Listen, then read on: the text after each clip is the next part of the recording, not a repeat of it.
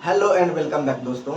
तो चलिए आज शुरू करते हैं। अगले 3-4 मिनट के अंदर मैं आप लोगों को डिस्कस करके दे रहा हूँ पेमेंट बैंक। इकोनॉमी का टॉपिक चल रहा था, अभी इकोनॉमी कुछ दिन और चलेगा, उसके बाद फिर आएंगे दूसरे सब्जेक्ट में। चलिए देखिए, सबसे पहले पेमेंट बैंक क्या होता है।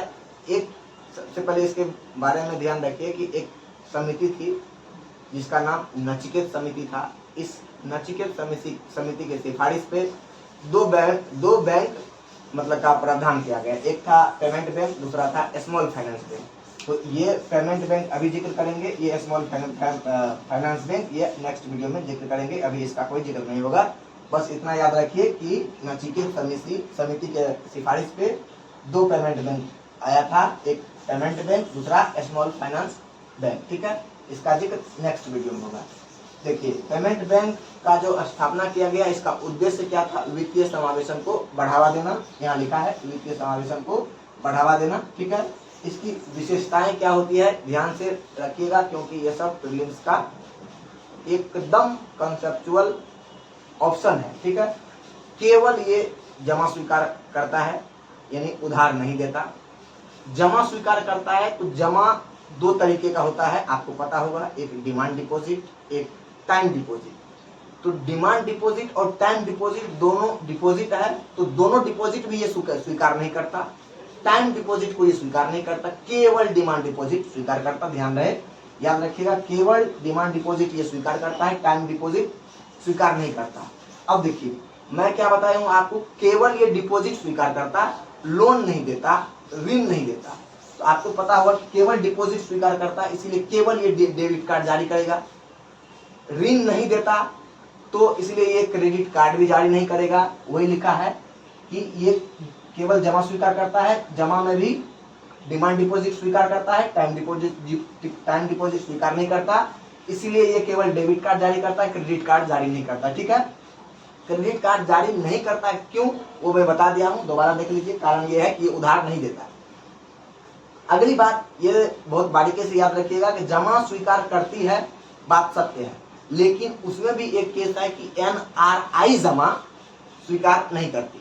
एनआरआई जमा स्वीकार नहीं करती है, ये भी ध्यान रखिएगा, बहुत बारीकी से, ये ऑप्शन है। ठीक है, नेक्स्ट पॉइंट देखिए, ये मैक्सिमम प्रति व्यक्ति 2 लाख रुपए तक ही डिपॉजिट स्वीकार कर सकती है। 2 लाख अगर आपका मन हुआ कि मैं अपने पेमेंट बैंक में जमा करूं, तो बिल्कुल नहीं कर पाइएगा, नहीं हो पाएगा। मैक्सिमम 2 लाख से कम कर सकते हैं, लेकिन 2,10,000 नहीं कर सकते, 2,05,000 भी नहीं कर सकते। ठीक है, नेक्स्ट देखिए कि आपको मैं डिस्कस करके बता दिया था कि CRR और SLR क्या होता है। तो उन दोनों में ये केवल एक ही रखता है, आरबीआई के नेतृत्व में, आरबीआई के कहने पर ये केवल CRR रखता है, SLR ये नहीं रखता है। SLR वो रखता है, वो कौन? ये रखता है। ठीक है, मैं डिस्कस कर दूंगा दोनों को, लेकिन बस अभी ये ध्यान रखिए कि ये CRR रखता है, यानी कैश रिजर्व रेशियो रखता है।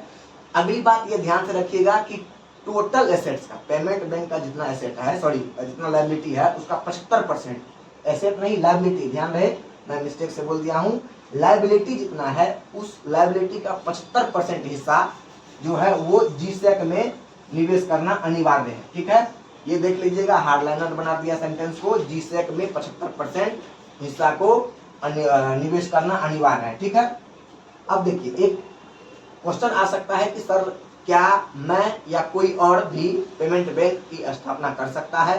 तो उसके पीछे का आप एक कारण जान लीजिए कि कोई भी पेमेंट बैंक का स्थापना तो जरूर कर सकता है, बट उसके पास जो है टोटल कैपिटल पूंजी 100 करोड़ का होना चाहिए। ठीक है, तो मिनिमम जो क्या कहते हैं कैपिटल होना चाहिए वो 100 करोड़ होना चाहिए।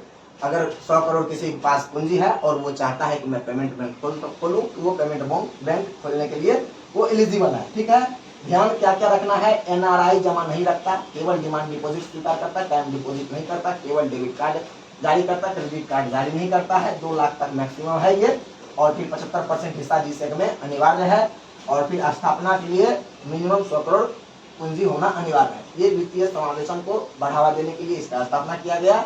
ठीक है, नचिकेत समिति के सिफारिश पे इसको स्थापित किया गया। उम्मीद है कि इतना समझ गए होंगे। मस्त है, स्वस्थ रहिए, पढ़ते रहिए, हंसते रहिए, मुस्कुराते रहिए, और मिलजुल कर यूपीएससी प्रीलिम्स 2027 का तैयारी करते रहिए। Tata bye bye.